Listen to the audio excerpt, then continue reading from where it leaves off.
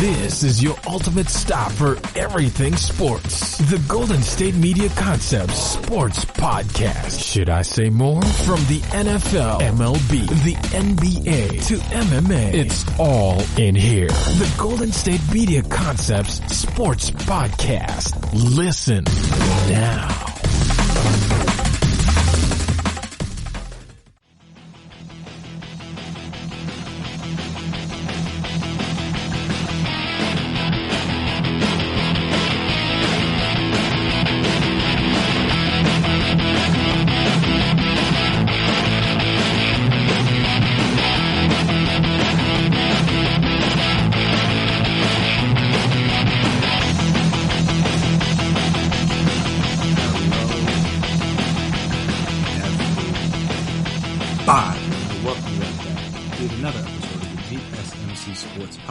Presented by GSMC Podcast Network. My name is Chris Blades, and before I get started here today, I want to make sure I take the time, as always, to remind you, if you haven't already, subscribe to the podcast. Make sure you never miss an episode. I'll make sure you're always on top of when we drop our latest stuff. Also, if you like what you hear today, like what you've heard on past episodes, give us a 5-star rating, write us a nice review. Very appreciated, very helpful. Like I said, it allows us to see what you guys like, what you guys dislike, the ways we can improve, all that fun stuff. And also, if you're on social media, we're on social media, so you can find us there. Twitter, Instagram, Facebook. We can talk, we can chat, we can debate, we can discuss. And I don't know who the Chiefs cap guy is, because like every NFL team has like they have like their GM, then they have their salary cap guy, who kind of like fine tunes everything, make sure they have money. The restructure like helps with them figure out where to restructure and how to allocate that money, all that fun stuff. So I don't know who the Chiefs salary cap guy is.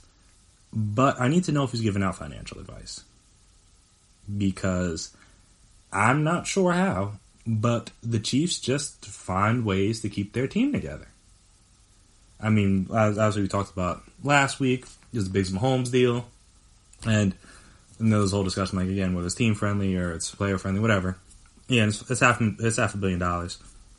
There's no losing when a player is getting $500 million, even if it's a player like Mahomes who could arguably get more. But then now, I said they turn around and they signed Chris Jones to a massive deal as well. And he was on, I think they had offered him the franchise tag. I don't think he had signed it officially yet. But he was a person that I know people were talking about, like, oh, he may be like floated or he may be like offered up in a trade for like Jamal Adams, or like he may be on the move, something like that, just because they weren't sure if they were going to pay him. He wanted a big deal.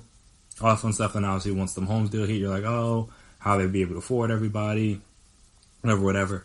And then here the Chiefs are just proving, kind of like the Rams did a few years ago, like salary cap is really just a figment of all of our imaginations, honestly. I mean, obviously it's there, it exists in theory, but like if a team needs money, they'll find ways to get money. No team is ever like, well, I want to say that, pre-Rona, no team has ever been like, oh Lord, what are we ever going to do? If they want to pay somebody. Like, again, there are ways to do things, ways to restructure contracts, restructure deals, lay out the money, have it attributed to like a signing bonus as opposed to like actual salary, different things that you can do that'll help make sure that you're not in the red. But again, obviously that was with the salary cap and stuff like that going up every year. I don't know how it's going to look post-Rona next year, or even, just next year, because I think the salary cap's set for this season. But next year, and especially if you don't have a season, and especially if they don't have fans at the games, because I know that's not the majority of their revenue like it is for baseball, but it's still lost money. We'll talk about that a little bit later. But yeah, so Chris Jones, I don't know where I was going with that. Oh, what adjective I was going to use. But the excellent interior defensive lineman for the Chiefs signed a big 4-year extension, as per Adam Schefter from ESPN. According to sources, the $80 million contract has $37 million due at signing, $60 million guaranteed for injury, and $5 million in incentives, making the value of the contract up to $85 million. Like I say, Chris Jones had received the franchise tag. And they had up until Wednesday, so you guys are hearing this on Wednesday, but we're recording this on Tuesday. Obviously, the news dropped on Tuesday, but they had up until Wednesday to get a deal finalized. and they were able to get it done beforehand. And like I said, they were able to agree to that long-term deal. In terms of where it falls on the list of most guaranteed money in recent deals, it comes in at 6th, 7th. You got Khalil Mack, Aaron Donald. Khalil Mack at 90, Aaron Donald like 87, Von Miller at 70, DeMarcus Lawrence at 65, Fletcher Cox at 63, and then Frank Clark, at 62.3. And I said this deal comes week after the Mahomes deal. Everyone was worried about their money, all the situation. But I guess the good thing with the Mahomes situation is that the extension doesn't really kick in until 2022, so the Chiefs took on little in the way of additional salary cap obligations in 2020 and 2021 for Mahomes in extending his contract. Mahomes in 2020, for instance, will have a cap cost of about $5.3 million, or less than 3% of the Chiefs' total cap. And the Chiefs are now the only team in the NFL with 3 guys making with at least 3 players making $60 million guaranteed, with Jones, Mahomes, obviously, then Frank Clark, who's on the team as well. Obviously, a lot of Chiefs players shouted Jones out and getting his new deal, because obviously they're happy because he's arguably their best defensive player. I mean, they have, like I said, they have Frank Clark, they have the Honey Badger. I know Breeland's a good corner for them. Like, they have good players, but like you could argue that he creates the most havoc on that defense. So, again, getting him back is vital. He had, 15 and a half sacks in 2018. And that 15 and a half ranked 3rd in the league behind only Aaron Donald and J.J. Watt. And Jones also set the record, the NFL record that year for consecutive games with the sack, with 11. He had 9 sacks in 2019, but he missed 3 games with a groin injury, though he was selected to play in his first Pro Bowl. And even though he wasn't, good in like the box score in terms of like he didn't have a sack in the Super Bowl, like he was very instrumental to that comeback, especially late in the game, getting pressure up the middle on Jimmy G. He got pressure that forced an interception in the second quarter, and also he knocked down 3 passes, and again he got pressure on him late in the game to cost him incompletion. So with him coming back, it just made total sense for them. And then the Chiefs, in doing that, now have found a way to basically lock up their future. They obviously got Mahomes on a big deal, Chris Jones on a big deal. They returned 20 of 22 starters from a Super Bowl team this past year. The entire coaching staff is intact, with Eric Bieniemy not getting a head coaching gig. They return 5 of their top 6. I don't know if this is from Field Yates. He tweeted this out. I'm sure if this is right. I think this is rushers, right? Yeah, so 5 of their top 6 rushers, 8 of their top 9 receivers, 6 of their top 7 O linemen, and then they add Clyde Edwards-Helaire just for good measure. So, again, in terms of how to build a team and how to sustain for the long term, this is how you do it. Get guys at different times, pay them at different times, and again, you can have these guys on your team for long periods of time. Like I said, they got Mahomes locked up. They got like I said, Chris Jones locked up. Sammy Watkins took less to stay. Tyreek Hill's going to be there for a while. I don't think Mitchell Schwartz is going anywhere. I don't think Travis Kelce's going anywhere. I don't think Honey Badger's going anywhere, if I might have said him already. Obviously, Frank Clark's not going anywhere. So, a lot of their important people are going to be on their team, at least for their foreseeable future. So, that's kind of how you do. And then you get big contributions from younger guys. Like I said, if Clyde Edwards-Helaire can step in and be a good complement, or even take over the top role from Damian Williams, that'll be big. So now they have a cost-controlled running back for at least 4 years, if not longer, if they want to franchise tag him or extend him or do whatever. And also Juan Thornhill, who was a big acquisition for the secondary last year, at least through the draft. They drafted him, but he tore his ACL, I believe, late in the season, so he didn't play in the playoffs.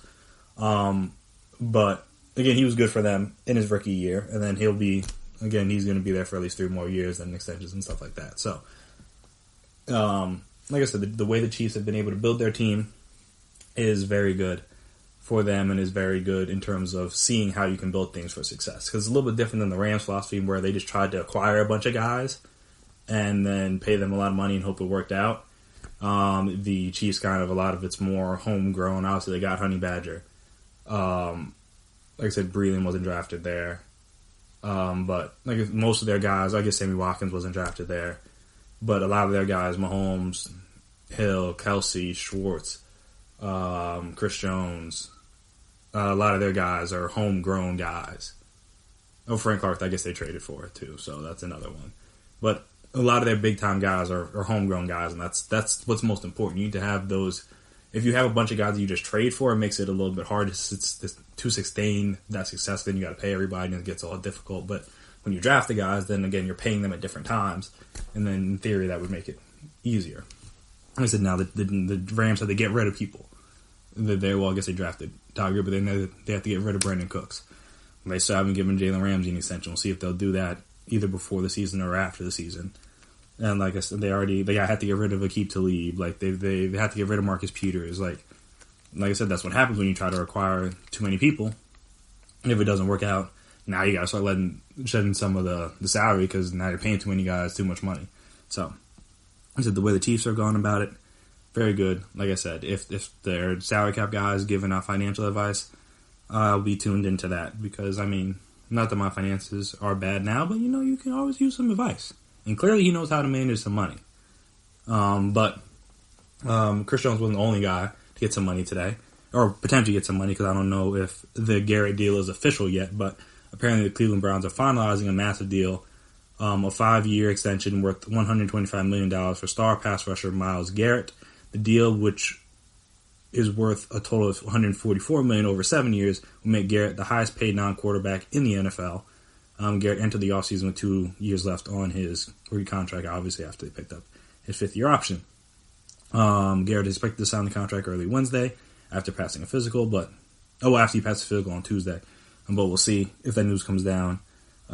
He had 10 sacks in 10 games last year, though he was suspended, obviously, with the Mason Rudolph incident.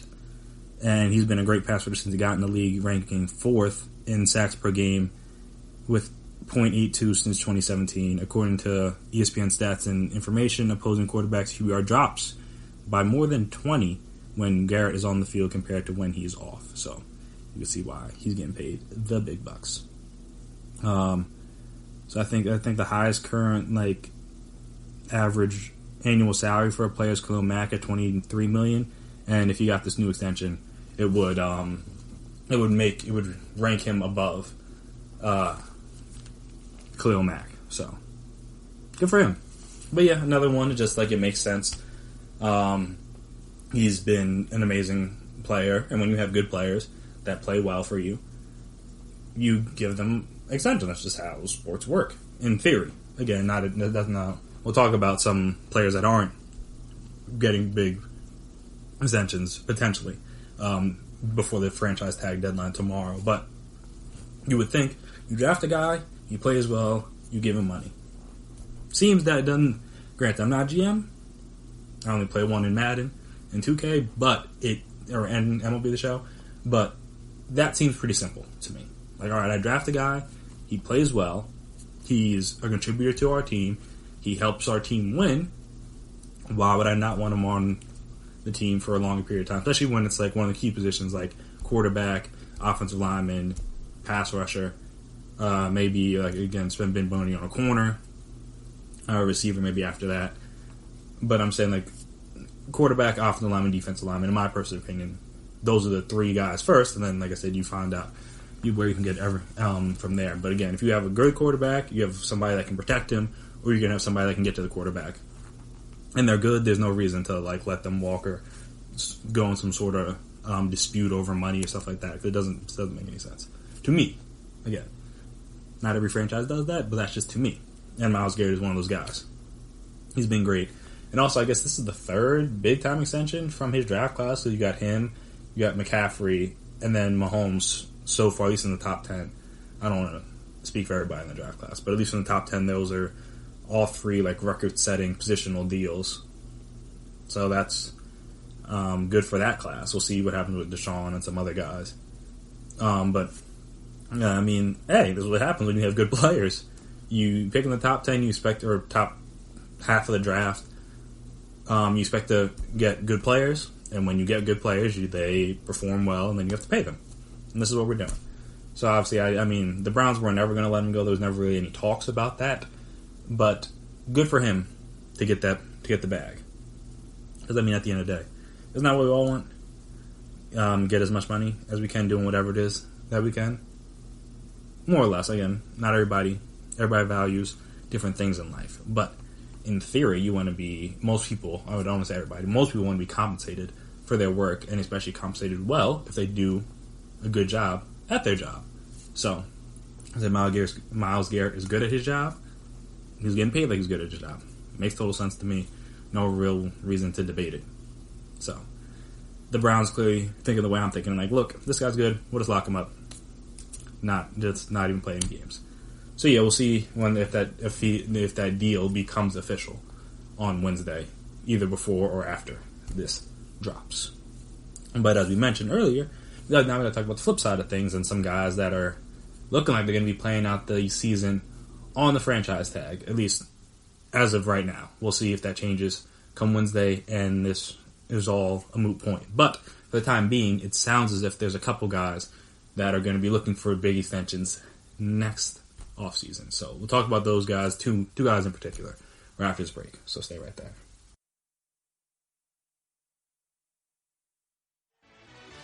Are you looking for the very best NFL and college football podcast? Then check out the GSMC Football Podcast. Get the latest football news both on and off the field. From the NFL Draft to trades to the rumor mill to the NFL Combines. They got you covered. That's GSMCpodcast.com/football-podcast. Get updates on college rivalries, game day insights, and much, much more. It's football talk the way you want it. This show eats, sleeps, and breathes football. Don't forget to like them on Facebook and follow them on Twitter. Visit GSMCpodcast.com for more info.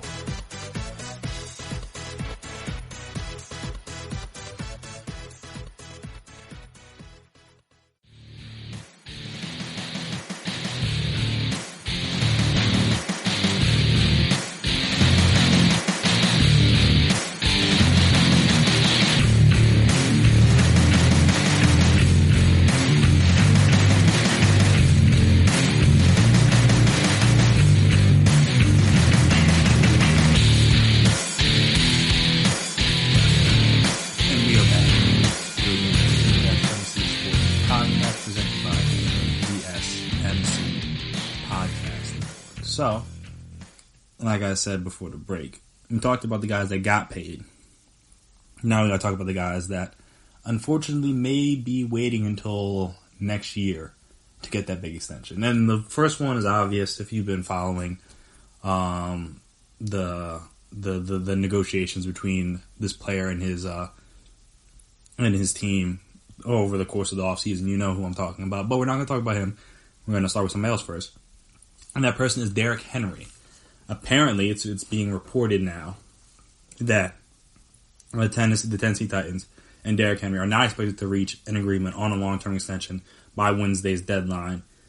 Adam Schefter reported via Twitter, claiming, like, for source, I guess inside the organization, was saying that, or maybe, it could have been his agent. You never really know who the sources are. The Titans had placed a franchise tag on him earlier this offseason, making sure he'd be with the team at the very least, and they have until 4 p.m. Wednesday to find common ground on a multi-year extension, something both sides apparently want to get done, but hasn't gotten done yet, and don't know if it'll get done, like I said before, the 4 p.m. deadline. And if it doesn't, then you got to wait till the next offseason. But yeah, so barring a new deal, Henry is set to make $10.278 million this year after signing his franchise tender in April, and will become a free agent, like I said, in the next offseason. Derrick Henry is 26, so again, a little older, and the time of decline, or the age of decline for running backs usually sets in about like 28-ish, especially guys with Derrick Henry's workload, which we'll get to in a second. But Henry's coming off of his first Pro Bowl season.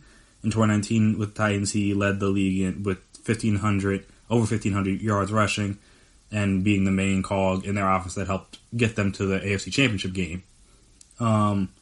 He had 446 rushing yards in 3 playoff games, and like I said, he was important, as we noticed with the stats. or even back when sports were still going on, we talked about the game. So he was like, I don't say he was the only reason, because again, Tannehill did what he had to do when the times he had to do it. But the team ran through Derrick Henry, and the reason they got to the AFC Championship was defense and Derrick Henry. And so, it's unfortunate for him he's not able to get that big deal. But like I said, generally speaking, in this day and age, running backs are viewed as replaceable. If you have a good O-line or good enough O-line, you can get a guy at a much more reasonable cost at the running back position. Again, good players still get extensions. Zeke got his extension. Christian McCaffrey, as we saw this offseason, just got an extension. Saquon's going to get an extension when the time comes. Alvin Kamara's not got an extension yet, though, if I remember correctly, which is interesting. But it is what it is. Like I said, guys do get paid at the running back position, so it's not like it's not like no one gets it, but it's just that position is viewed as more easily replaceable than a lot of other positions in the NFL, for better or for worse. With the $10.278 million that he would make on the franchise tag next year, that would make him the 5th highest paid running back in the league. So again, not bad money. And just one of those situations where due to the COVID or due to the Rona and uncertainty and the salary cap and stuff like that next year, I know a lot of teams are maybe a little bit more wary.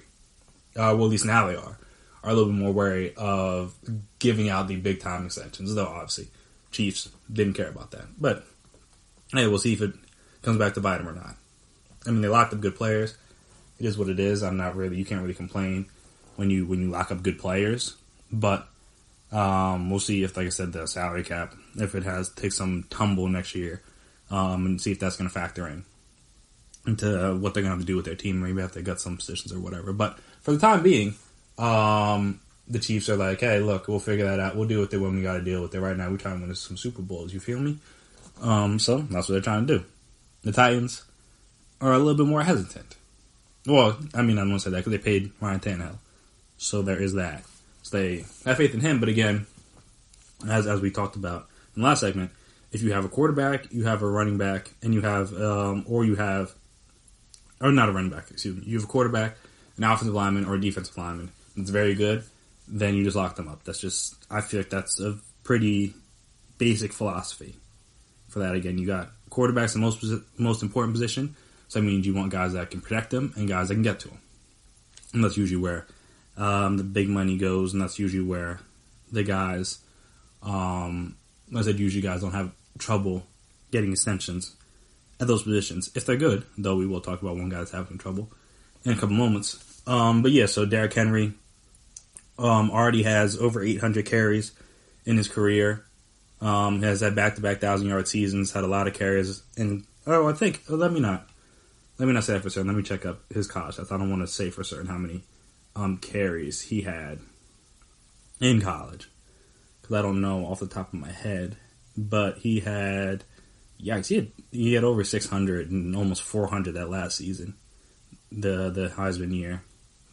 Before he left, he had over 2,000 yards and 28 touchdowns. Don't even know Heisman. But yeah, even with those numbers, he still won the second round. That's how little the NFL now values running backs.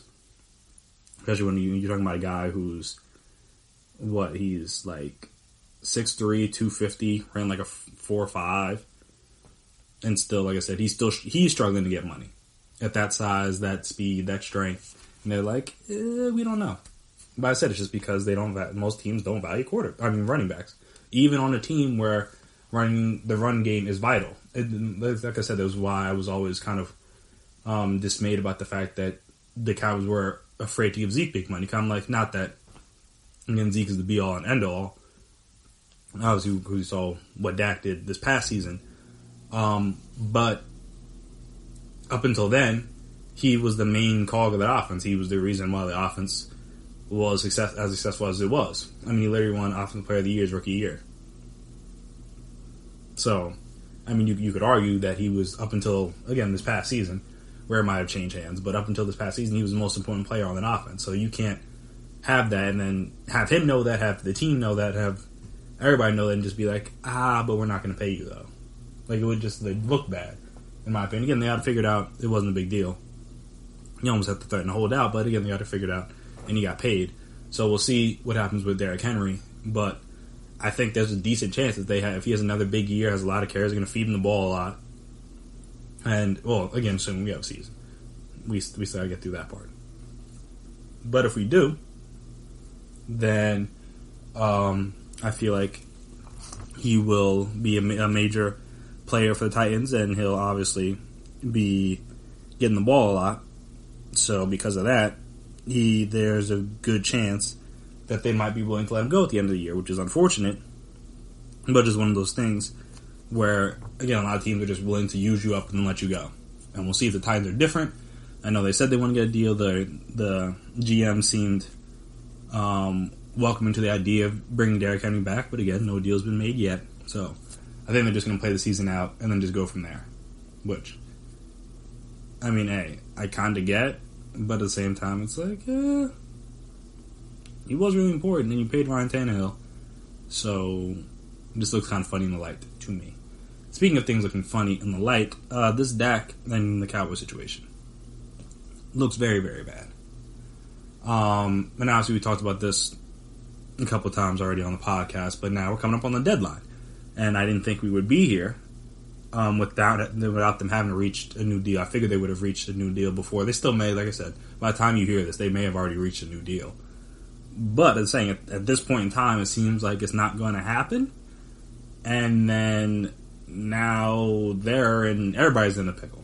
Because, alright, Dak, and again, this is assuming we have a season, Dak's going to go out there, try to play well, should play well. They have a good offense around him.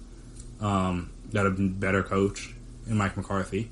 Defense, don't know how that's going to do, but again, at least the offensive side, they got CeeDee Lamb. Don't got Old Man Witten out there taking up space anymore. No offense to him, but again, the brother just slow. That's all it was. They need more explosiveness from that position. Blake Jarwin could potentially give them that. He's shown stuff in the limited amount of snaps and balls he's gotten. Again, they kept Kellen Moore. Again, got Zeke back. Tony Pollard maybe will be used more his second year. Not that he wasn't used, but again, they could have found different ways to get him involved. No Travis Frederick, so you got to see how the line holds up without him. But, I mean, they held up fine with him the year before, so we'll see how that goes. But, yeah, so assuming Dak plays well, now you got a situation on your hand. Because either you can franchise tag him again, and you're basically going to pay him like $70 million over the course of 2 years when you, like, could have just extended him. Or you try to work out a new deal, but now his price is higher. So then now what do you do? And like I said, that's assuming the salary cap is where it is. Because if it's not, and now it's less, I mean, if Dak plays well, or even if there's no season, his last season will be this past year, so why should his number go down? That's not his, like, you could have got the extension time before the Rona hit. Like, that's not my problem. Now since you're going to lose money, now I got to take less money? No, that's not how this would work if I were Dak. Again, I'm not. But if I were him, I'm like, okay, how does that affect me? That doesn't change the Rona changes nothing from my stance from the year previous, which is that I was one of the best quarterbacks in the league statistically. Again, that's debatable depending on who you ask, but statistically, one of the best quarterbacks in the league last year. I have played far and above what you've been paying me these last 3 to 4 years. So I feel like I should be compensated. And again, he'll be compensated on the franchise tag this year. But alright, that's the thing with the franchise tag, is that it doesn't provide the long-term security that a lot of people want in the NFL due to the fact that it's such a violent game and you don't know when one play could end the season.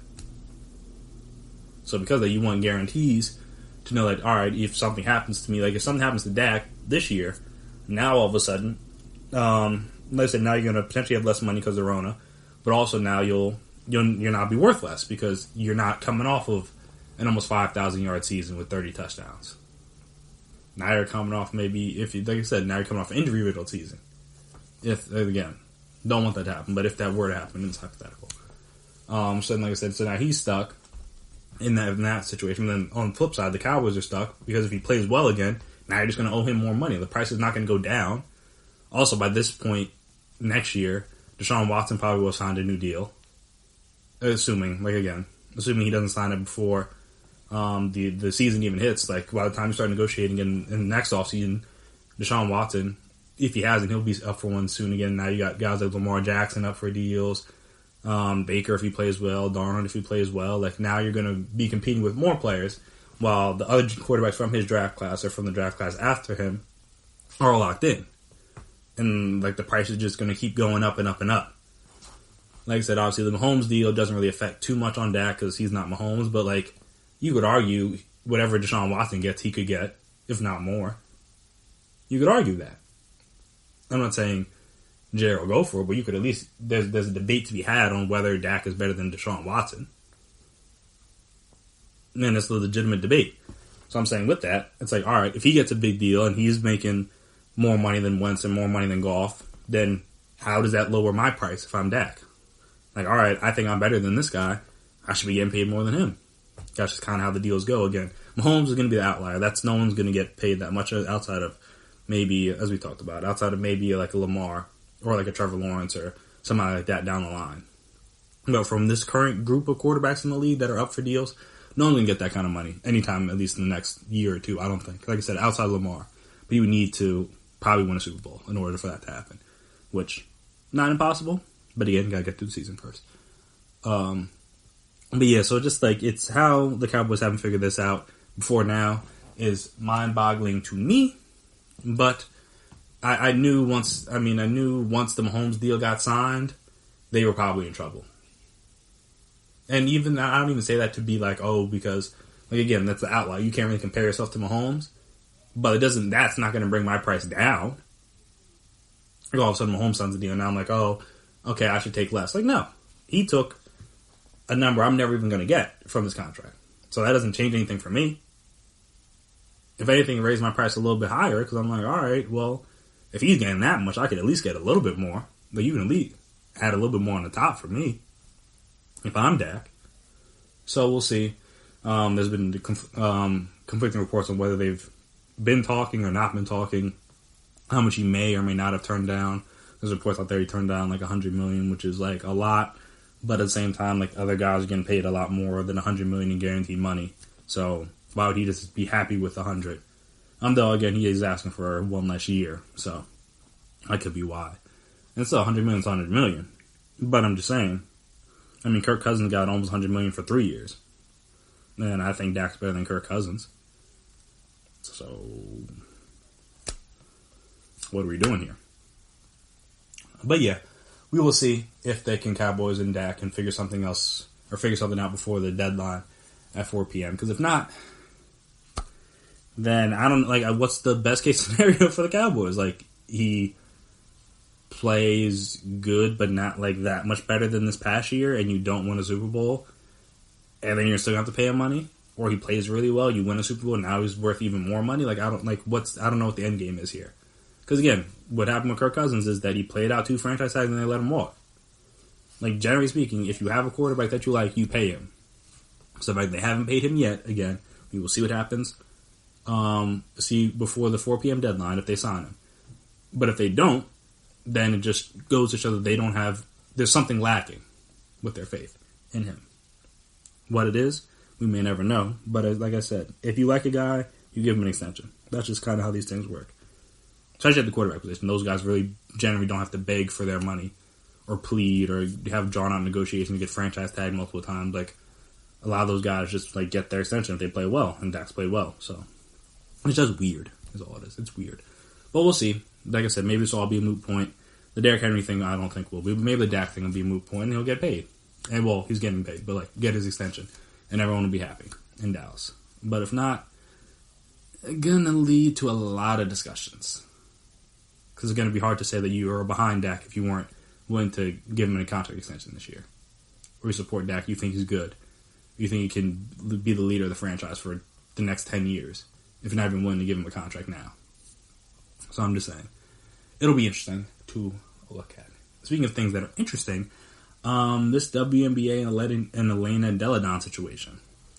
Quite interesting. So we'll get into the details of that, what's going on there, and why I think it's wrong how they're treating her right after this break. So stay right there.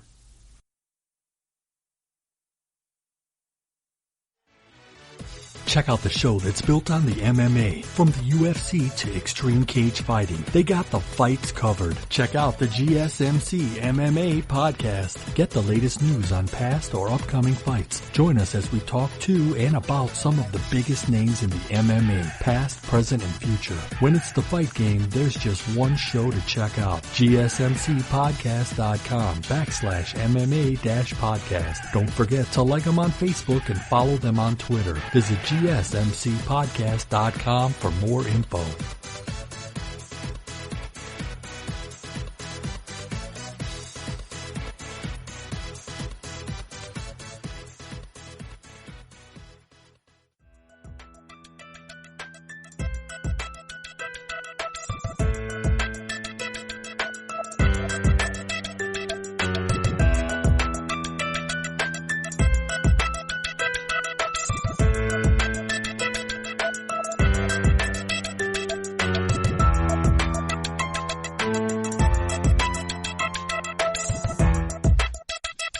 And we are back here again on the GSMC Sports Podcast, presented by GSMC Podcast Network. So before I get started on the Elena Delle Donne topic, I wanted to go back and touch on the Derrick Henry thing situation.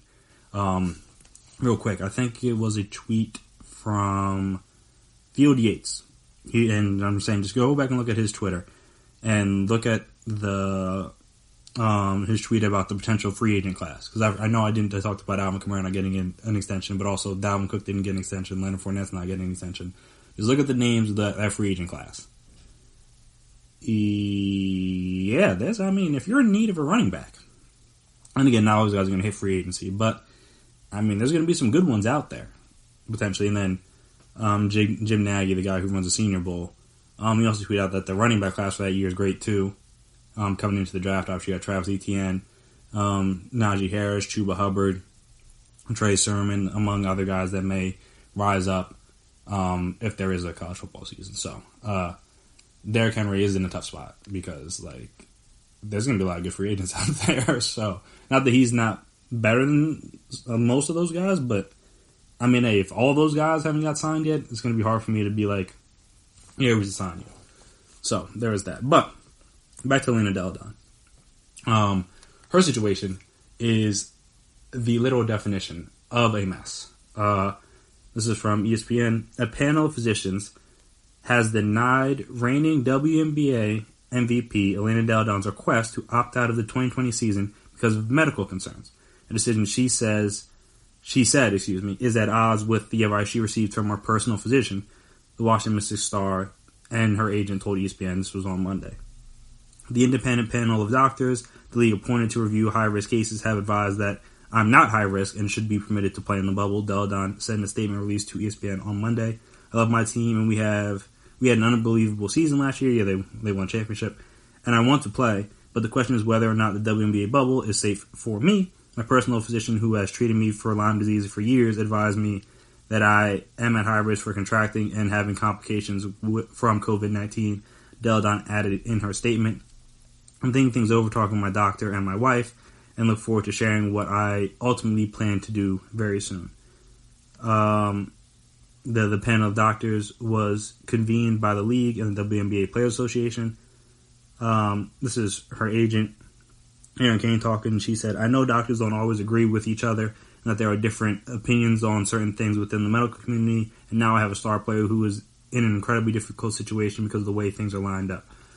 Lyme disease is not included on the center or on the CDC's list of underlying conditions that could put someone at an increased risk for severe illness from COVID-19, just for the record. And the panel of doctors considers the CDC's guidelines when evaluating high-risk cases, according to a draft of the league's health and safety protocol obtained by ESPN. A doctor who is the director of the Johns Hopkins Lyme Disease Research Center told ESPN that he's not surprised by the panel's decisions because there's really only a handful of people in the country who are experts in chronic Lyme disease. Lyme disease was discovered in the late 70s. 300,000 new Lyme disease cases diagnosed each year. And he said between 5 and 20% of the patients do not get better after treatment, but instead suffer periodic bouts of fatigue, what patients call brain fog, cognitive problems where they can't do their work and motor and musculoskeletal pain. Excuse me. Hope I pronounced that right. So yeah, could be some complications. And Delle Donne hasn't traveled down to IMG Academy yet with her team or the other WNBA players. It's still trying to decide what he's going to do. Again, we're talking about a 6-time All-Star here who apparently is at odds with the league to a degree. And I think the main thing is that is just the money aspect of it, because players deemed at high risk or who have a medical reason to opt out will receive their full salary. Players who do not meet the medical threshold in the opinion of the panel of physicians can still opt out and skip the season if the panel does not grant them a medical waiver, but they won't get paid their salary in that event. So that's really what it comes down to. She doesn't sound like, again, obviously she wants to play, but she's like, it's dangerous. So like, all right, let me just let them not clear me, and then like I can not play, and then I'll get paid and everything. But now they're like about that. You could, well, again, I'm not saying that, because again, the doctors have different opinions on things all the time. But now they're saying like, hey, no, you should be all right. And now they're going to say that she can play. So now if she doesn't play, now she loses out on her money. So that's kind of the issue. Plus, the players have no ability to appeal the decisions of the panel. Apparently, this is what her agent said. So that's kind of the other unfortunate part of it. Her own teammate, Tina Charles, who came from the New York Liberty in a trade, is also waiting on a decision from the league's panel. If Delle Donne and Charles miss the season, the Mystics would be down to 10 players on the roster, because I know Natasha Cloud dropped out. I think Chrissy Tolliver might have dropped out too. So now they're in a desperate situation. But yeah, so if you want to read more about it, you'll read the whole article, I guess I should say. You can find it on ESPN, like the app and .com. You know where I normally get my stories from. But I think this is a mess, because like this shouldn't be an issue, in my opinion. Again, the WNBA is not the NBA, it's not the NFL, it's not the MLB, and even obviously we saw the disputes on money in the MLB. So I understand that a lot of leagues and a lot of owners are being like, look, if we're not going to play, we're not going to pay you your full salary. Which, to a degree, I understand. I do. But it's different for the NBA, because they already played most of their season. So like, they haven't got paid all their money, but most of these guys have gotten paid a good chunk of their money. They're not starting from scratch. The WNBA players are starting from scratch. So if she just doesn't play and sits out and gets no money, she just will have lost a year of salary. Which is it's going to hurt anybody. I don't care how much money she's made, whether it's in America or overseas or whatever, or through endorsements. It doesn't really matter. Like, you losing a year of salary, no matter how much you saved up, is going to hurt. Because again, you plan to have that money. You expect to have that money. You budgeted. You bought things in the expectation that you would have that money to be able to use. And again, obviously their season was pushed back, and then so it got pushed back, and I think got shortened up a little bit. I don't know how many games they typically play regularly, but I know they're only playing like 20 or 22. But I know that's less than they normally do. So I'm saying you're already losing money there. And now I'm saying if a person is like, this isn't going to work for me, and even if they dropped out for like a social justice reason, just like they weren't safe, like I said when Natasha Cloud dropped out or Renee Montgomery dropped out, those kind of players, like I don't think they should get nothing. That's still kind of wild to me, if that's true. But especially when it comes to health wise, if you're like feel like it's not safe for me to be there. Again, I understand that they have their little panel of I think it was like 3 physicians. I think they said make up the panel in the ESPN article. So I'm saying so these 3 guys decide like, no, I'm fine, then if I decide it's not safe for me personally, then they're just going to not pay me. That's kind of absurd to me. Again, I'm not exactly sure what the situations are in other leagues. Obviously, we've seen guys sit out, but like I said, the NBA is different because they've gotten paid some of their money. MLB, I think they're still getting paid like something. I don't know if they're getting nothing. Like I said, correct me if I'm wrong, but if they are getting nothing, that's wild to me, and I would. And if that turns out to be true, I will go to bat for them just as much as I'm going to bat for Delle Donne here. But I just say, like, if these are wild times we're in. And again, I understand you not wanting to pay the full thing because you're not playing. All right, cool. I get that to a degree. Like, you should get paid for what you work. If you're not working, again, if you're a regular worker, if you don't show up to work and it's deemed safe for you to come back to work, you're not going to get paid. Whether that's right or wrong is a completely separate point. I think that's wrong, especially during a pandemic, that you're making people choose between money and their own health potentially. Because again, so far, at least in the NBA, the bubble's worked out fine. They haven't had any new positives within the bubble, though they've had people not be able to enter the bubble yet because of positive tests. So there is that. But so far, they haven't had any new people test positive within the bubble. So that's good. Though, still early. They got a couple weeks until games even start. So again, I'm not saying that someone's going to test positive, but I mean, it's hard to assume no one is. Like, is it safer than just being out and frolicking in New York or California or a lot of these teams' home markets? Yes, 100%. I completely agree. You're getting tested every day. You're in a controlled environment. You know if you're in the bubble, like, you're not positive. You don't think, at least. So, there is that. And that gives you a sense of security, you would think.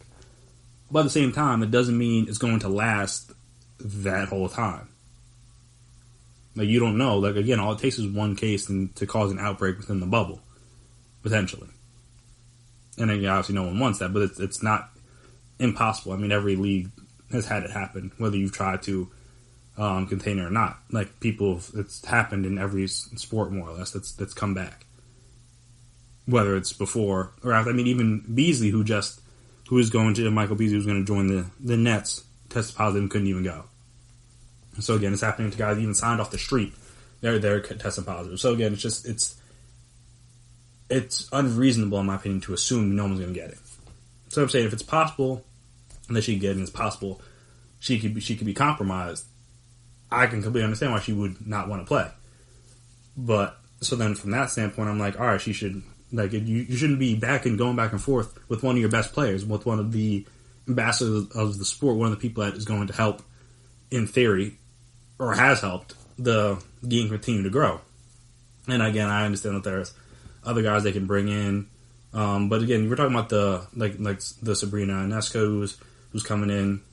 She got a big time matchup in her first game against the Storm with Breanna Stewart and Sue Bird out there. So they have people that they can try to elevate and take her spot for the year in terms of like the viewership perspective.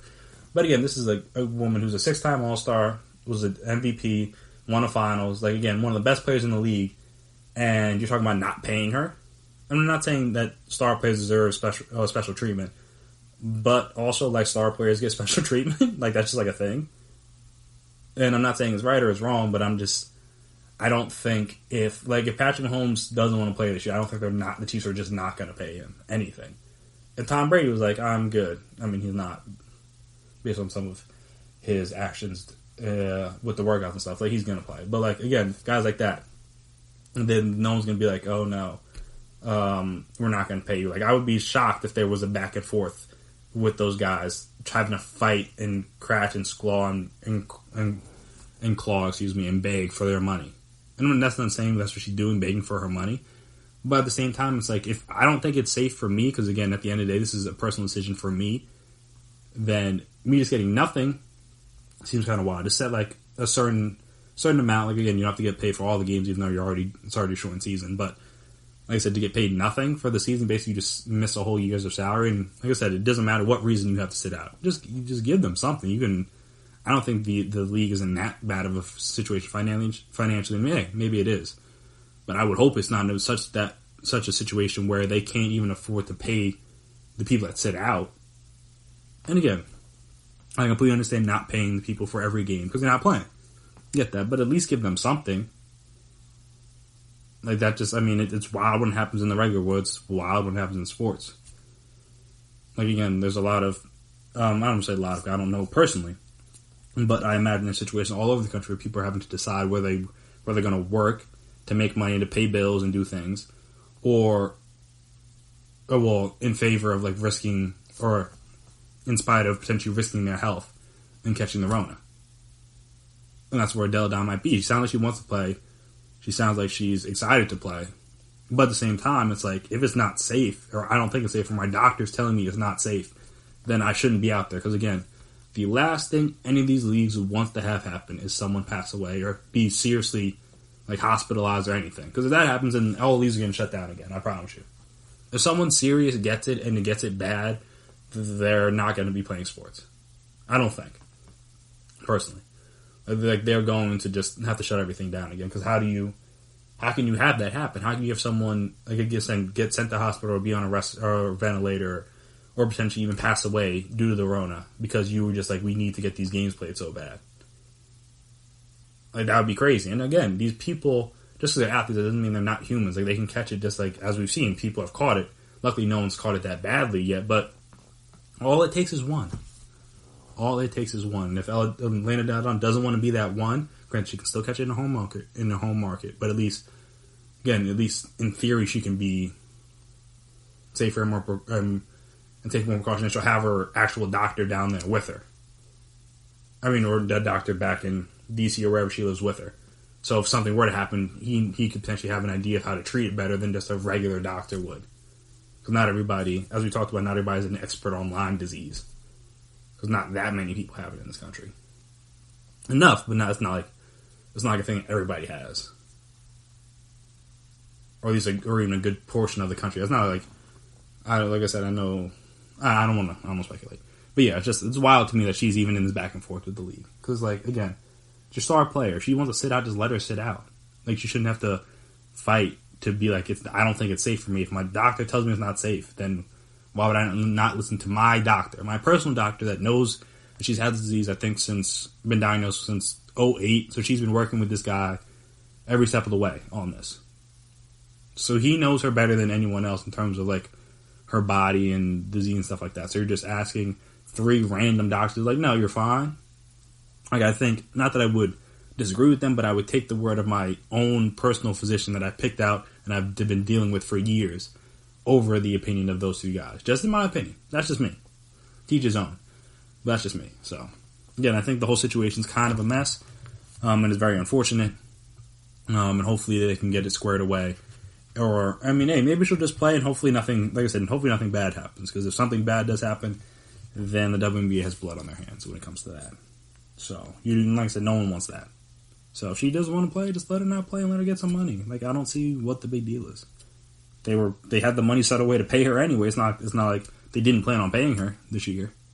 So she's not playing, all right. She shouldn't get paid the whole thing, that's fine, whatever. But just, like, give her something. I don't understand. Especially for health reasons. Like, really, you're going to make somebody potentially risk their health just to get paid? Like, that seems kind of crazy. But again, it's a society we live in, so not surprising. But going from a person that may not be on the court to someone that will be on the court, and that's Ben Simmons. And it sounds like he might be playing a new position that I feel like I touched on and mentioned that he should be playing some more of. And that means they're relegating another person to the bench. Who also said they should probably put on the bench. But hey, what do I know? So we'll talk about all that right after the break. Stay right there.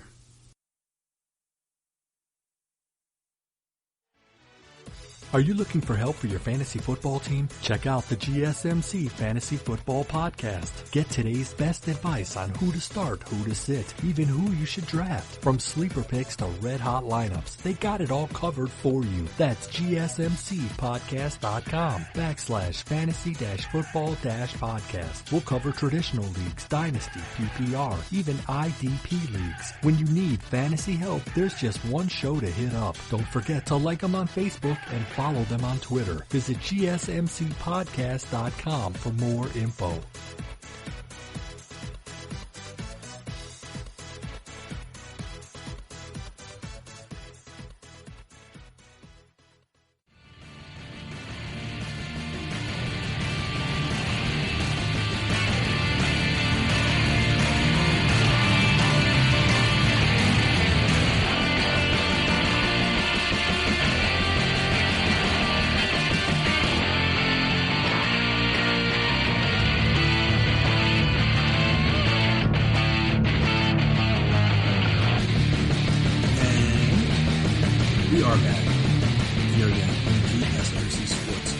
podcast presented by GSMC Podcast Network. So this is from Sixers practice on Monday, or I don't know if it was practice or just Brett Brown talking, but apparently 76ers head coach Brett Brown said, like I said, it said on Monday, that he has been playing All-Star Ben Simmons exclusively at power forward in practices inside the NBA bubble at the Walt Disney World, and has been thrilled by what he's seen. He's so dynamic, Brown said on a conference call with reporters. Let's just talk about running. Excuse me. There's nobody faster in the NBA. I don't know if that's completely true, but he is really fast. So to always have the ball and dribble it up against five guys to do that dilutes some of his potent weapons. So watching him fly off the floor, watching him and Joel play off each other has been a really good look. I think they've been fantastic together. The question of how to fit Simmons and Embiid together has been a constant one over the past few years, one we've discussed on this podcast as well, and one that has been exacerbated this year by the addition of another All-Star big man in Al Horford. The fit between Horford and Embiid has been clunky at best and often much worse than that. But by playing Simmons at power forward, Horford, who was benched in February before Simmons hurt his back, allowing Horford to return to the starting lineup. But yeah, it appears he will be replaced by guard Shake Milton in the starting lineup. Milton was a revelation after injuries gave him the opportunity to play around mid-January. Milton, who was drafted in 2019, spent last season on a two-way deal with Philadelphia before signing a multi-year deal in the offseason and became a fixture in the rotation. He averaged 9.5 points and shot 45% from three in 32 games, 16 of them starts this season. He scored double figures in the final 7 games the Sixers played before the season was shut down, including a career-high 39 points in a loss in Los Angeles to the Clippers, where I think he had 7 threes in that game too. Though I think Embiid and Simmons weren't playing, but still, I mean, hey, showed he's got some sort of offensive game that could explode. Because again, you don't just score 40 points in the NBA by accident. Like, not everybody can do that, even on a one game situation. Like, there are people that just don't have the capability to do that, and clearly he's done that, and he's still a young guy. Embiid's been singing his praises. He said he's been amazing. He's been the starting point guard, and I think he has a huge opportunity to help us accomplish what we want or what we believe we can. He's been doing an amazing job. He's running the team. We were going to need him to knock down shots, which he did. Before the league got shut down, he was on a roll, so we're going to need him to keep it going. But it's great. So yeah, there's more. Like I said, this is from ESPN. There's a lot more in this article if you want to read the whole thing. But I think that revelation, or I don't know if it was a revelation or whoever came up with this decision or decided it, I don't know if it was decided before. Well, I guess it couldn't have been decided before because Ben Simmons was hurt. But whoever decided with the new one, they're going to head down to Disney, that they were like, hey, let's try Ben at power forward and let Shake start. That person, if it wasn't Brett Brown, deserves a raise. Because this is what, I don't know if I've been clamoring for this exclusively on this podcast, but I know I mentioned it at least once. I obviously mentioned putting Al Horford on the bench because the fit was there. It was bad just because you can't have 2 non-shooters on the floor at the same time, in my opinion. Especially when you want Embiid to be down low, where you think that's where he's probably best at, is down low. Again, he can shoot from the outside, but he's not Karl Anthony Towns. He's not one of those guys that's like a marksman from 3 for a big guy. He's not a Dirk. He's not a KP. People like that. He can hit him, but that's not his game. His game, he's better down low. I'm saying with 2 non-shooters on the floor, they don't have to respect their shots, especially if one of the guys is Ben Simmons, who's bringing the ball up. So now the defense can sag off of him off the top, and you got another guy now, Horford, who, we'll look at the stats, but I know he was shooting relatively poor from 3 this year, which was a part of his issue, was that he wasn't hitting the outside shot, because that was at least, in theory, what he could have helped do. Again, he's not, like I said, he's not a excellent three-point shooter, but for his career, he shot 36%, and this year he's shooting 33.7, which is his lowest since 2014, 2015. And I said, that's been an issue. Is that you can't, like I said, you can't have that many non-shooters on the floor at the same time and also be able to get Embiid the ball in a situation that are advantageous to him. So that's kind of where they were stuck at. They need to make some sort of shakeup. No pun intended. obviously. But that was the decision they made, and I think it's for the best because I do feel like you can do more things with Ben Simmons if he doesn't have the ball in his hand. And plus, that gives you another shooter on the floor. Like they said, Shake has been shooting great from 3 this year. I believe in his 16 starts this year, he's scoring 14 points a game, 3.6 assists, 3 rebounds, and also shooting 50% from 3. Again, it's hard to really say how things are going to look because this was pre-Rona, and now we're post-Rona, and it's a completely different. It's like I talked about. It's basically a new season, so we don't know if things are going to carry over from earlier in the year because you don't have that same momentum, you don't have that same, maybe potentially don't have the same chemistry, stuff like that. You got to work that back up again. And maybe it may take Shake a little bit to get used to the. Like I said, you get used to Disney and the shooting in Disney and all that stuff. But like I said, assuming he shoots that well, going forward, that's going to be a big boost for the Sixers as a team and also the lineup, just because they needed another guy to knock down some shots. They did. They just needed another guy, like I said.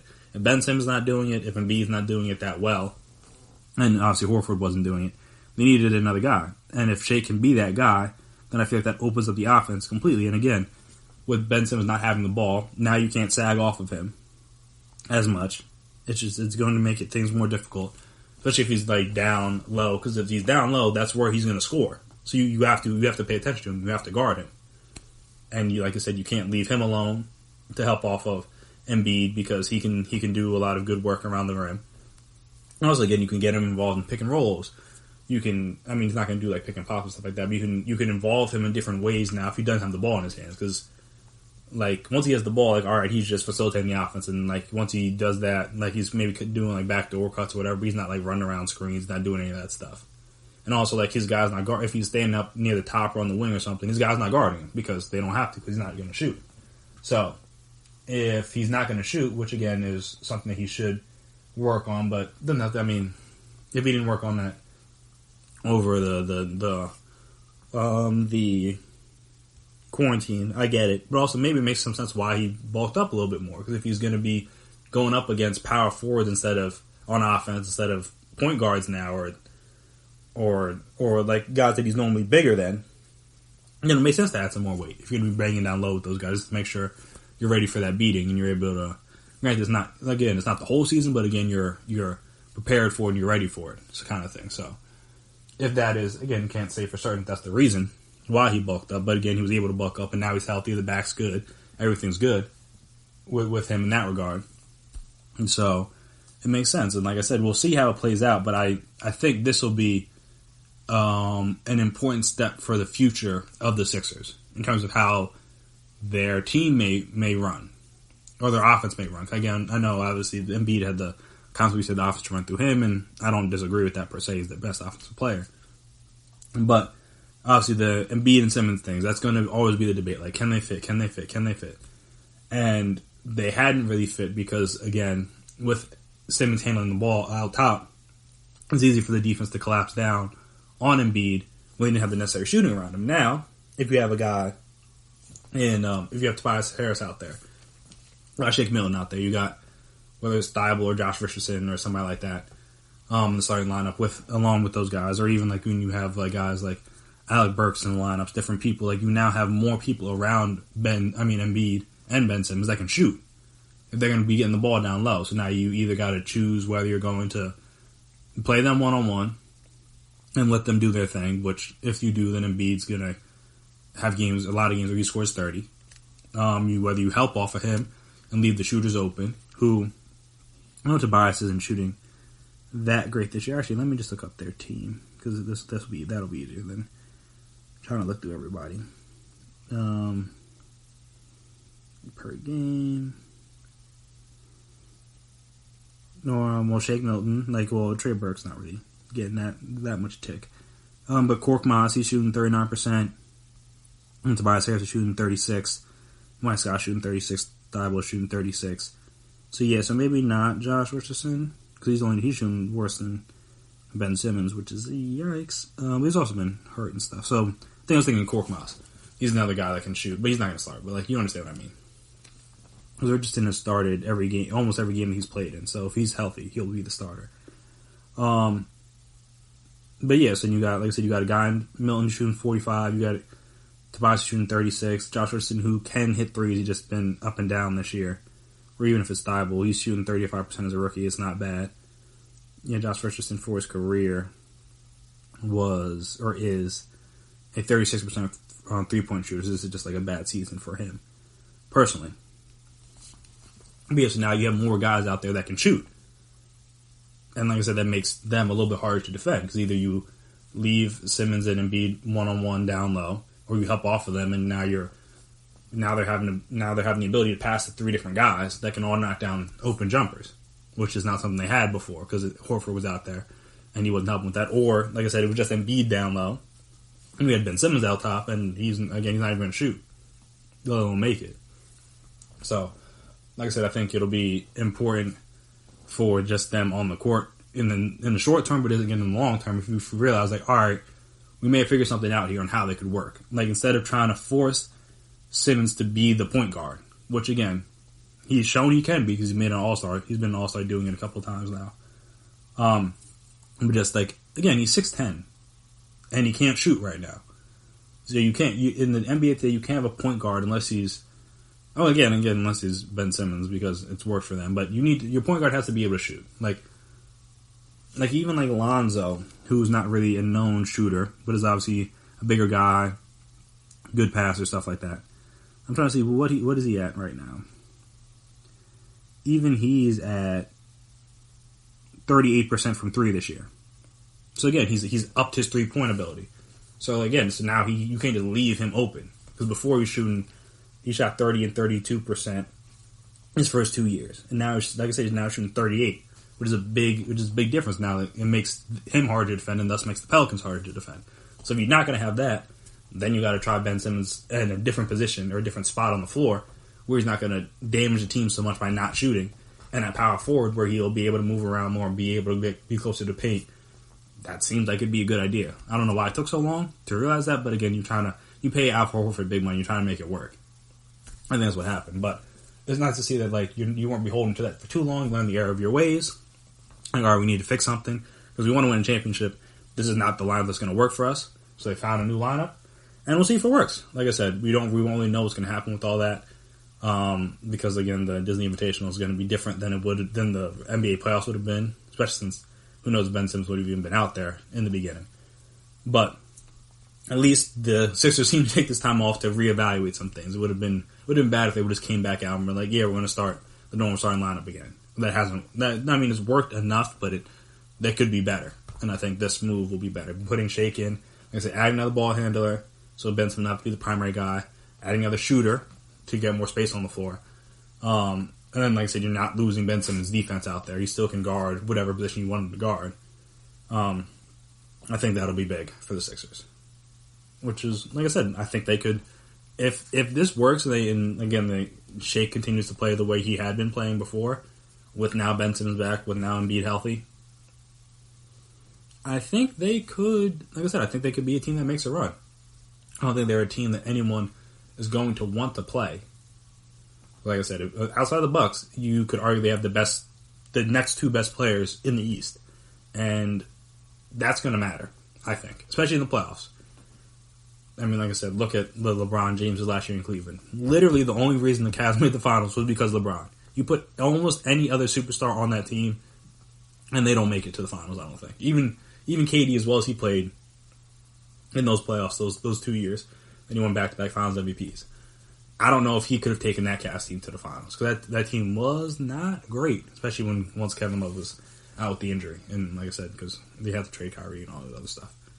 So, yeah. We'll see how it goes.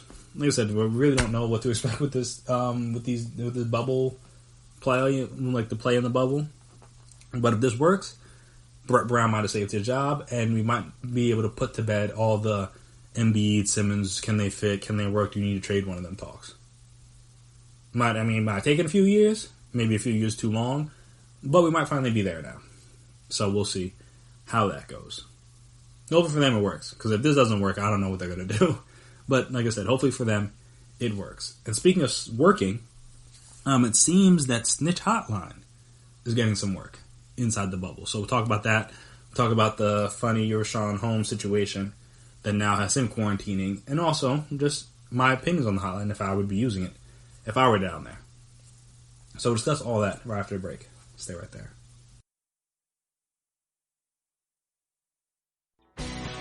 Are you looking to get your college football fix? Looking to get the latest news on your favorite school's team? The GSMC College Football Podcast is your ticket to all things college football. Join us as we talk college football from the national championship, the college rivalries, the bowl game, to the Heisman Trophy. To which conference is the best? We've got you covered for the Big Ten, SEC, Big 12, the Pac-12, ACC, and everything in between. Download the GSMC College Football Podcast on iTunes, Stitcher, SoundCloud, Google Play, or anywhere you find podcasts. Just type GSMC in the search bar.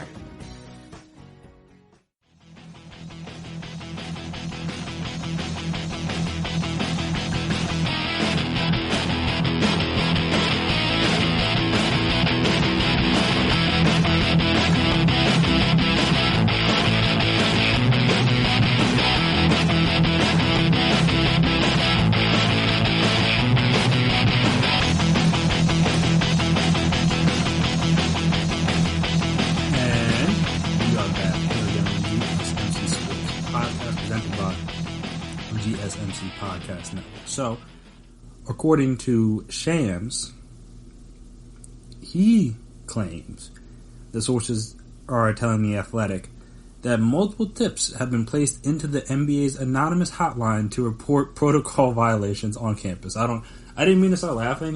That's just like the visual of it is funny to me. He also quote tweeted that and said some players have received warnings from violations. Sources said as the league, I guess he meant to say, or I guess as league ensures social distancing and mask protocols on campus. And there was a lot of buzz about the main issue being, or the main culprit, I should say, being Chris Paul. Which, I mean, it's very hard not to believe that it would be Chris Paul due to the fact that that one game against the Wolves back in I forget what year. I don't know what year it was, but I forget what month it was. It was during the season, but where I think it was like last year, like November, December, something like that. I could be wrong. I don't know. This year feels extremely long. But yeah, the game where he got the Wolves on like the guy who didn't have a jersey tucked in, and that was his second like violation. So it's a technical, and they made the free throw. Then they ended up tying the game, going to overtime, and winning in overtime. And it was just like that was a funny night. Because that's why, I mean, everyone just assumes it's Chris Paul, which, again, could it be? Yeah. Could it not be? Yeah, but also, is it probably? Yes. So I thought that was interesting, and we'll get back to that in a second, but I also wanted to touch on the Rashawn Holmes story, because he plays for the Kings currently. And now, I don't want to say for certain that it was Kelly Oubre's fault, but this was probably Kelly Oubre's fault. He put out a tweet. I forget. There was some time he put out a tweet basically saying that, hey, look, if you guys order Postmates, like they'll deliver to the bubble. Like keep it on the down low. Like it'll be cool. Just like do this, go out there, like meet them out here. Then like you're good to go. And then it was reported Rashawn Holmes is on mandatory like 10-day quarantine or whatever because he crossed the line of the bubble. Now, I'm not saying he crossed the line because of Kelly Oubre, but I mean it does sort of kind of lead back to him because of the tweet. He deleted the tweet, and then I think he put out a subsequent tweet like basically just like kind of sort of not really be like my bad for the situation. So again, I don't know for certain that it was him, but I thought that was kind of funny too, just because it's like how do you. And like this, of all the things to get like put on back on quarantine for, I know there was another story going around about the one girl who said that some NBA player, she never said, though Twitter thought it was Montrezl Harrell. He claimed it wasn't him, but again, I would deny it too if I were him. The one girl was talking about like she was trying to get flown out to the bubble, which obviously is a violation. And I don't know how she was planning on getting in. That seems like it would be very difficult to do, to sneak people into the bubble that way, unless they were going to be like a maid or like a delivery person. But even then, you kind of can't. I don't think you can enter the bubble if you're them. So I don't even know how it would work. But that's neither here nor is it there. But yeah, so that story kind of came out, and I guess again we don't know what the snitching is about, but I think this hotline is going to lead to some very funny things. Like I said, they've been there for I think what the earliest team might have been there close to a week now. I don't even know if every team's there yet. I think they most of them are there now, but I don't know if every team is there yet or every player's down there yet. Because as you know, Russell Westbrook, he tested positive for the Rona. I think Harrison Barnes tested positive for the Rona. So they're not down there yet. I don't know, they're just like the names off the top of my head. I don't know who else isn't down there. I know James Harden just got down there tonight. But yeah, I'm just like, this, I don't know what they thought was going to happen with this tip hotline, but me thinks it's going to get a lot of use. Because I think it's just going to be look, and this is kind of the part I was going to touch on, is like, if I were down there in that situation, would I snitch anonymously? And it's a good question. Because, generally speaking, I'm anti-snitch, depending on the scenario. Obviously, there are certain things, certain punishments that warrant snitching. But generally speaking, I'm an anti-snitch person. I'm it's not really that serious. As long as it's not that serious, you tell them withholding the truth for a friend or something, that's not that bad. Or again, if it's you see somebody taking something from a convenience store or whatever, is it great? No, but are you gonna chase them down, call the cops, do all that other fancy stuff? Yeah, probably not. So just one of those things.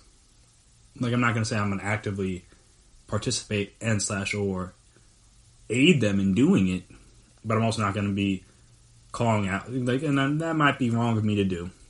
And again, everyone has different opinions on snitching, but from my perspective, I'm that's not necessary. Or if I was involved, and I did decide, hey, we're gonna go take drinks or whatever from a convenience store. If we get caught, I'm not gonna be oh, it was his idea. Come on, we both did it. And that's my other big issue with snitching, is that sometimes people will do things illegal and then try to implicate their other partner as if you weren't also involved. That's another separate issue with snitching. But generally, I'm not a big snitch guy. But if I were down in the bubble, I might be snitching too, honestly. Especially they have to be on top of this once the games start. Ooh, buddy, once the games start. Again, I don't think they're gonna get LeBron or anybody big on it, but if you're all right, so say the what's it called, the Lakers, they lost Rondo. We touched on it a little bit, but he's out for 6 to 8 weeks. He's probably going to miss at least the first round of the playoffs. If not more, but at least the first round, I think. Depending on, I guess, it merely just depends on how long it goes. So I'm saying, if you're going to play the Lakers, and again, you're not worried about Rondo, but say, with no Avery Bradley, that means minutes for J.R. Smith, potentially, minutes for Dion Waiters, potentially, more minutes for Alex Caruso, obviously. And you see Caruso out there, not with the mask, he leaving the bubble. I'm not saying I would snitch, but I'm just saying I would understand if somebody did. Just like the jersey rule that Chris Paul exploited, you gotta use your advantages. And this isn't even cheating. I've always, it's in saying that I've always. I'm not saying I believe it 100%, but I get it. Just if you're not cheating, you're not trying. At the end of the day, everyone's trying to win. No one wants to be not successful. Now, are there ways to go about being successful that are completely legal and fine? Yes. Are there ways where you can exploit certain situations to your advantage? Also, yes, that's how most people get rich and become millions and billionaires. They exploit people, whether it's their workers, whether it's they take advantage of a business deal, whatever. Very few billionaires turn out to be good people, because it's very hard to become a billionaire and do everything right every step of the way. It's very unlikely. You have to step on some toes. You have to screw somebody over. Like, it's just reasonable. So I'm saying, in the same vein, it's like, all right, boom, I'm here. I see somebody doing some messed up stuff. Well, not messed up. Like, I'm not. I mean, hey, look, and the one girl I was talking about getting flown out. We'll see if who knows if she was telling the truth or not. I'm not going to assume she was a liar. But if that's true, she's not going to be the first, and she's definitely not going to be the last one to at least try to sneak somebody into the bubble. So I'm saying, if I see that, I see brothers out there with no mask on, they're not social distancing. Brothers out there leaving the bubble to go get Postmates, go hang out at a club, do whatever. Like, I'm not going to say I would snitch, but I would understand if somebody did, and I understand why this tip line's getting used. Because, like, whoa, like, we got to be on the same page here, brothers. Like, if I'm abiding by the rules, not the social distancing, wearing a mask, not leaving the bubble, why shouldn't everyone? Because, yeah, the reason why we're in this bubble in the first place is because we deemed it was safer for us in here than anywhere else. In terms of having the season be able to be completed. Because again, if we didn't care about that, then we would be flying around and traveling like the NFL's going to do and like the MLB's doing, or I guess is going to. They haven't officially done it yet. But yeah, if that's what I was worried about, I would be doing stuff like that. And no, that's not what we're doing. I mean, not to mention that there's a literal pandemic that if you leave the bubble and get it, you could literally infect everyone else. Or you're not wearing a mask, you're not social distancing, you can infect somebody that can then infect a bunch of other people. I was reading a story up in, I think it was in South Korea, that like one person, unknowingly, again, they didn't do it intentionally, but one person led to like 70 different people getting it. And I'm saying, if that happens inside the bubble, we're talking about shutting down the bubble. So, from that standpoint, I'm like, I get why the tip hotline was one, and the anonymous hotline is in place. And two, I understand why it's getting some use, because, like, come on. Like, we all got to, in order for this to work, everyone has to be on the same page. And if we're not all on the same page, look, the brothers out of line, we got to kind of just bring them back in line a little bit. Now, I am curious, I don't know if the tip got Rashawn Holmes, that'd be kind of wild if it was some weird secret plan by Kelly Oubre to, like, get him suspended. But again, the game's not even started yet, so. And maybe just testing out the waters of all this stuff. But I just thought that was funny. But yeah, it's just like, I get why people are using it, and I would be using it too, to a degree. Like, hey, I'm trying to win a championship, one, and I'm not trying to get sick, number two. If you are threatening either of those two things, and I have a way I can take advantage of that, why would you not use it? Competitive advantage. If you see us before Game 3, and James Harden dip out of the bubble, hey, I don't think he'll be suspended, but I'm at least going to I could understand, at least putting a call in, like, hey, look, come on, we got to do something about this. We can't be allowing this. I mean, like I said, it'll probably be a warning us, whatever. But I'm just saying, especially if he's a repeat offender, it's already happened to him once or twice, and you're like, oh, this brother's still not listening? All right, come on, we got to do something. Because I'm not trying to get sick. And I'm also trying to beat the Rockets. So, I'm just saying, we could have some funny stuff come out of this anonymous tip line, in my personal opinion. Like I said, we'll see what ends up happening. But the fact that there is getting some hits now, and we're in the beginning stages, not everybody's even down there yet. I don't expect this to stop anytime soon, personally. Again, we shall see. But I think this could very well just be the tip of the iceberg, if you will. And we could really have some interesting information come out of this bubble situation. Though, so I did see someone just tweet about this. I guess, who do they have in charge of the hotline to that gave out the information? Like, yeah, people are using it. That might be next level snitching. Like, all right, if you want to use the snitch hotline, all right, cool. But it's supposed to be anonymous, so no one's going to know. But the fact that people know that people are using it, that seems to kind of defeat the whole purpose of the anonymous hotline. But hey, maybe that's just me. And also, World Wide Web responding to a tweet. He said the fact that the hotline number hasn't been released yet is actually kind of impressive. And I think it is true, because, I mean, if that number gets leaked, they don't have to change it, because they're just going to be calling and trying to get LeBron and people and Giannis and different guys suspended, just fans. They're going to be calling like, oh, yeah, I saw him at I live in Orlando. Like, I saw him out. He was at such and such restaurant. Y'all might want to do something. Click. Like, that'll become a whole mess. Then that'll completely flip what the meaning of it was supposed to be, at least. But like I said, could at least have some funny stuff come from this hotline, and just from the bubble in general.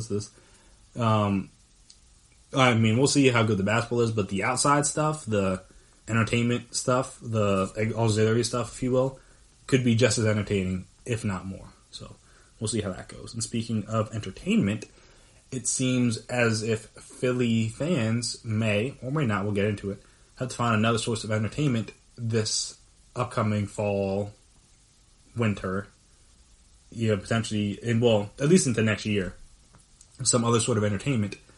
Because, there seems like some local officials made some decisions that fans may not like. So we'll discuss what that decision was right after the break. So stay right there.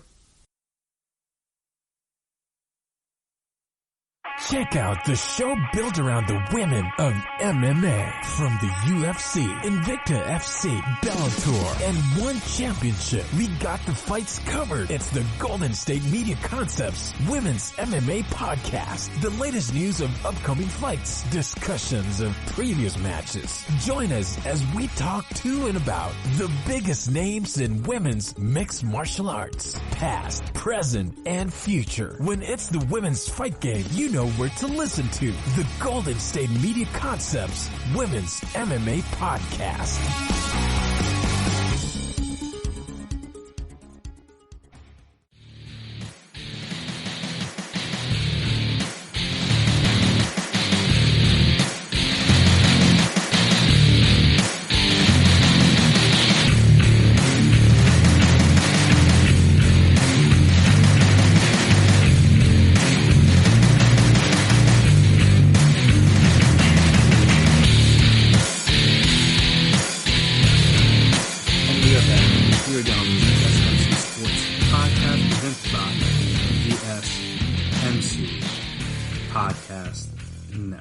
So, Philly. Apparently, city officials in the city of Philadelphia say that there will be no fans in the stands for Philadelphia Eagles and Philadelphia Phillies games in 2020, citing safety concerns amid the coronavirus pandemic. The Eagles are still going to be allowed to play, although without crowds. The Phillies will continue to be allowed to play, although without crowds. Managing Director Brian Abernathy said, according to the Philadelphia Inquirer, "We have been in communication with the Eagles. We have told them our expectations are that they don't have fans."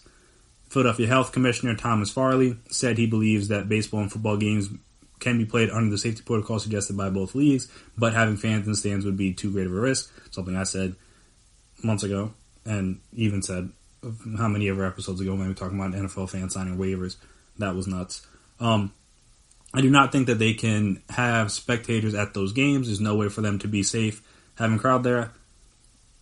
I'm slightly disagree with that, because he limited the amount of fans, but still. I can't say what the plans are for the league, but from a safety perspective, they can play games but not have crowds. Eagles have yet to comment publicly. We are gathering information on Philadelphia, said NFL spokesperson Brian McCarthy, who added that would happen to Philadelphia and would not impact the NFL's decision-making for the other 31 teams. Decisions on the number of fans at stadiums will be determined on a market-by-market basis. McCarthy said the NFL has said from the onset that safety decisions will be made in conjunction with guidance from public health experts and in accordance with local and state guidelines. City officials' comments came on the same day Mayor Jim Kenney announced that all large-scale events in Philadelphia would be canceled through February 2021. Earlier this month, the Eagles told season ticket holders that they had the option of deferring their tickets for the 2020 season, noting that some might have concerns about attending games in person. So, in my opinion, this is a decision that is not or should not be all that surprising, personally, just because of the fact that we are still in the middle of a pandemic. So why would we expect to have fans? Again, sports, as I've been saying, sports should be a reward, and fans in stands should be a reward for countries and places that have handled the pandemic well And we, as a whole in America, have not handled it that well, so why should we expect to have fans? Now, I will say, I don't think every team or every city is going to do this until they absolutely have to. Like I said, I think Florida's going to try, even though their cases are spiking. I think Texas is going to try, even though their cases are spiking. We'll see. California's basically going back to square one. They've kind of bungled this a little bit. But yes, we'll see about them. We'll see about the Arizonas, the other places, Georgia potentially, that may not be lifting restrictions come fall. Especially, we'll really see what happens once the schools go back. Because, again, will most children be all right? Yes. Will every child be all right? No. And that's part of the problem. Because you don't want to be the school that has the person die from the Rona. That's not what you don't want to be on the news for that. That's not what you want to do. But it's going to happen if they send all these kids back to school, because it's just law of averages. Someone's going to have some sort of respiratory issues, because again, kids have asthma and different things that they deal with. Not every kid's in perfect health, and again, it affects people in different ways, which is part of the issue. Not to mention it's going to be cold and flu season. Not to mention expecting kids to wear masks for 8 hours and social distance, or have them stagger their the times they get into the school. So now some people are going to school earlier and later, and like limiting classroom size and limiting lunch size. And also, again, not all these teachers are young, and now these teachers are going to be completely fine from the disease. You're going to have teachers potentially get sick, whether it's from the students or from other teachers or other faculty members. So then, you risk that happening as well. It's going to be a whole big mess.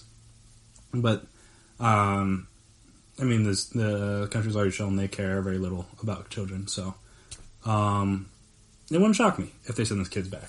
But like I think that'll be a key factor for this. So we'll see if they don't do that, then I don't see how you can have fans in the stands for these kind of games. Personally, again, but like I said, just Philly for now. Though notably not on that list was the Sixers and the Flyers. I think they play in Wells Fargo, and I believe that's privately owned. So I think that's why they can't make a statement about it. While I guess the Link and Citizens Bank Park are public property. Don't know how that works. They're all on the same lot, but whatever. I guess somehow the Wells Fargo Center is privately owned, so they haven't stated about that. But actually, never mind, because they're in the bubble, so it doesn't even matter. But I guess when they come back into December or whenever, they might, or whenever they come back, because the season's probably going to start before February of next year.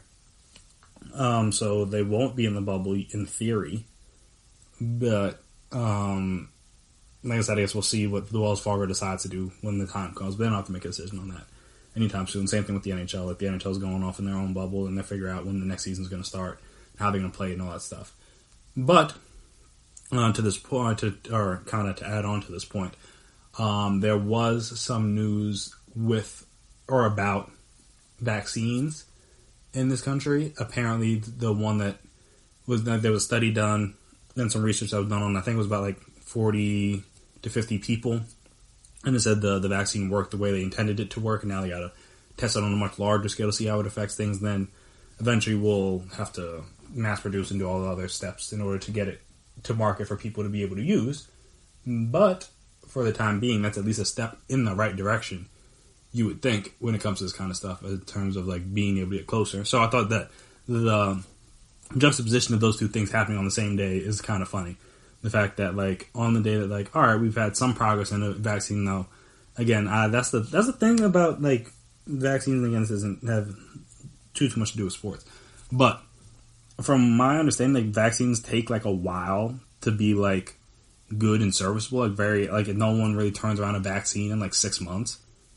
Which they won't not turn around in 6 months, because I guess the first cases were in March in here. They knew when the government knew about it before then, but I feel like the cases were started hitting in March, or potentially even before then, because people might have had it, didn't know they had it, couldn't get tested for, they didn't have tests and everything. But when they started at least tracking cases, it was March. So now we're in July, and they're in the beginning stages. But again, to be able to get it you get it tested enough, get it approved, then now get it mass produced and get it distributed out to all the people that want to take it, or I guess they should take it. There's a process that's going to take a while. I don't think people realize, because we don't really know, because we never really had to make, that I can think of at least, we haven't had to make a vaccine or something like this that's rapidly spreading in my lifetime. That I said, I don't know everything about vaccines. It could happen when I was young. It could happen a couple of years ago. I really don't know. But just, I don't, from the way it sounds with vaccines like this, it's going to take a while. It usually takes a while to create a vaccine that works and is effective within a large group of people. So just expect, even though we have good news on a vaccine, just to be all right, yeah, then we'll be fine by football season or whatever, that seems unrealistic. Because then they're going to go they're going to do the wider tests starting late July. So even if they come back a month later, get positive results, all right, the season's still starting, you're not going to be able to get it produced enough to get it out to everybody that wants it or needs it or whatever. So we still got a lot of stuff to take. But like I said, with no fans, I don't know why we're even trying to push for fans in the beginning, or at all, really. Like we talked about with the potential waiver, things like that. It just leads to the chance of increasing the spread of it, which is what we should not be doing until we have it under control. At least, if you're gonna have fans in the stands, at least have it under control, and we don't have it under control. So to just be all right, we don't have it under control, but we're just gonna put people around each other and hope for the best. That doesn't seem like the smartest thing to do, at least in my personal opinion. But again, not a doctor. But yeah, just to put the onus completely on the fan, just be hey, you can come if you want, but if you get sick, don't blame us. And I mean, again, it's going to be hard to say for certain if they got it at the game or whatever, but it won't be hard to tell if they spread it at the game. If you're in an area, and even if you're social distance or whatever, but you go to a concession stand, you go to the bathroom, different things, and you see an outbreak from a certain section, all right, somebody that had it in that section clearly spread it. That's going to be very easy to track. Assuming people take part in the contact tracing, which you should, but whatever. You see what I'm saying? That there's no reason for the NFL to have that on their head, or over their head, just being hey, we could be the cause of a massive outbreak in City A or City B. Why would you want that? What's the point of being just so you can have a little bit of ticket revenue? Because again, it's not going to be we're talking about filling up the stadiums 25%. It's not even going to be that much. It's going to be more than nothing, obviously. But we're not talking about going half full or 3/4 full or anything. You're not getting anything close to the ticket revenue you're getting. But you really want the ticket revenue that bad that you're going to hey, look, we going to put in some people. You're going to tell people to wear masks or maybe not wear masks. Who knows? Social distance, don't social distance. Well, I guess we'll kind of find out. And then just look, hey, if anybody gets sick, they get sick. It is what it is. No, it doesn't. Why would you do that? Like I said, don't put the onus on the fans, because fans will show up. I promise you.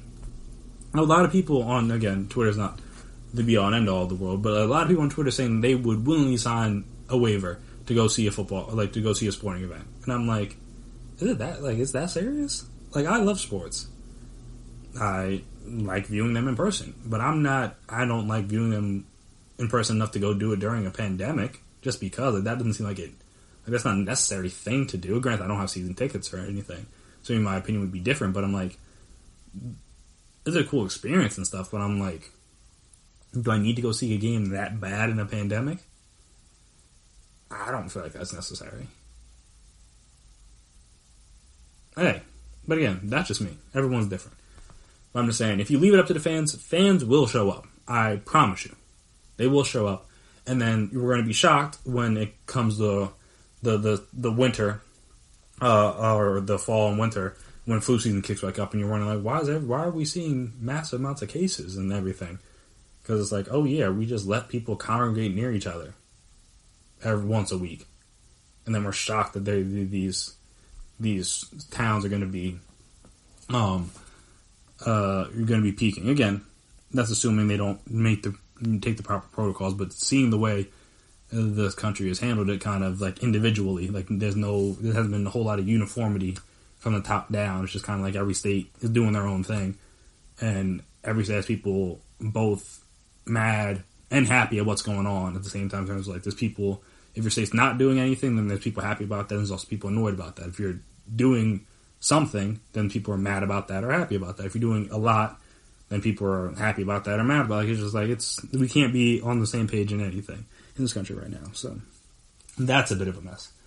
But yeah, I'm just like, I don't think Philadelphia will be the last sports city, at least in terms of the NFL, to be like, yeah, no, let's just like not do this. Like let's just be on the side of caution. Because again, now all of a sudden you don't want to be the state that has a spike in cases because now you're having sporting events all the time. You're allowing big crowds to congregate together. You don't want that to be you. Because again, unless you're just going to, I don't know how you're going to strictly enforce social distancing or strictly enforce people wearing a mask and stuff like that. Like even if they wear it, you see stories of people wearing a mask into grocery stores and taking it off and stuff like that. Like I don't know how you're going to be able to enforce it. But I don't know. It seems like a mess. It doesn't really seem worth it, in my opinion, to go through all that stuff right now from the NFL's perspective. But hey, we shall see. We shall see. But that'll do it for me here on the GSMC Sports Podcast presented by GSMC Podcast Network. I want to thank you guys as always for listening. If you liked you for today, like you heard on past episodes, please subscribe. Make sure you never miss an episode. Make sure you're always on top of when we drop our latest stuff. Also, if you could please as well give us a 5-star rating. Write us a nice review. Very appreciated. Very helpful. See if you guys like. If you guys just like the way you can improve. All that fun stuff. And also, if you're on social media, we're on social media. So you can find us there. Twitter, Instagram, Facebook. We can talk. We can chat. We can debate. We can discuss. You can let me know whether you like the city of Philadelphia's idea to ban fans at, well, I mean, and I don't know if it's ban, disallow, whatever you want to call it, but not have fans at sporting events, at least until next year. We can talk about the snitch hotline. Would you use it if you were a player down there? Would you be mad if someone used it on you? If you were down there doing something maybe you should or should not be doing. We can talk, I guess we can talk tomorrow, once the contract situations are revealed. If you're, like what happened with the Dak mainly just Dak. I don't think Derrick Henry is getting a contract. With the Dak situation, we can talk about how the Chiefs seem to be able to find money to pay people. We can talk about the Elena Delle Donne situation. See, like I said, what your opinions on that, and what you would do if you were in her shoes. Like I said, I understand her not playing, but also at the same time, you kind of want the bread. So you got to make those tough decisions, and it's a decision she shouldn't have to make, but it's a decision millions of people around the country are making right now as things start to open back up and people have to start going back to work. So it's unfortunate, but again, not that much different than the situation a lot of other Americans find themselves in at this very moment. Again, before I get out of here, I want to shout out the essential workers. Everybody's been working through the pandemic or had to work through the pandemic to make sure everyone can get food, can be safe, can be healthy during this time. Shout out to you. You guys are doing a lot. You're probably not getting paid enough for what you're doing, and that's unfortunate. But take that up with the top. I can't help you with that. I can give you a shout out. So, again, EMTs, nurses, doctors, firefighters, delivery drivers, grocery store workers especially, because I know they've been dealing with some stuff during this time. Retail workers, if those places are open. Again, anyone else has been deemed essential. I don't know what all of these essential services have been, but like I said, I appreciate the work you're doing. And again, just wear a mask. It's not that hard. And also, like I said, tip your bartenders, tip your waiters, if you are able to go back out and enjoy those kind of things for now. And it's gonna, well, mainly just because it's only gonna be hot but so long. Once the winter hits, you're not gonna be able to do this anymore with the outside dining and stuff. But yeah, if you're gonna go out, just tip them. Again, they've been through a lot. We've all been through a lot. So just try to make somebody's day a little bit better. But again, wear a mask so we can have sports, and we won't have to worry about people catching the Rona. Just wear a mask. It'll all be good. But yeah, that'll do it for me here today. I've been Chris Blades. That has been my time. And until next time, peace out. You've been listening to the Golden State Media Concepts Sports Podcast.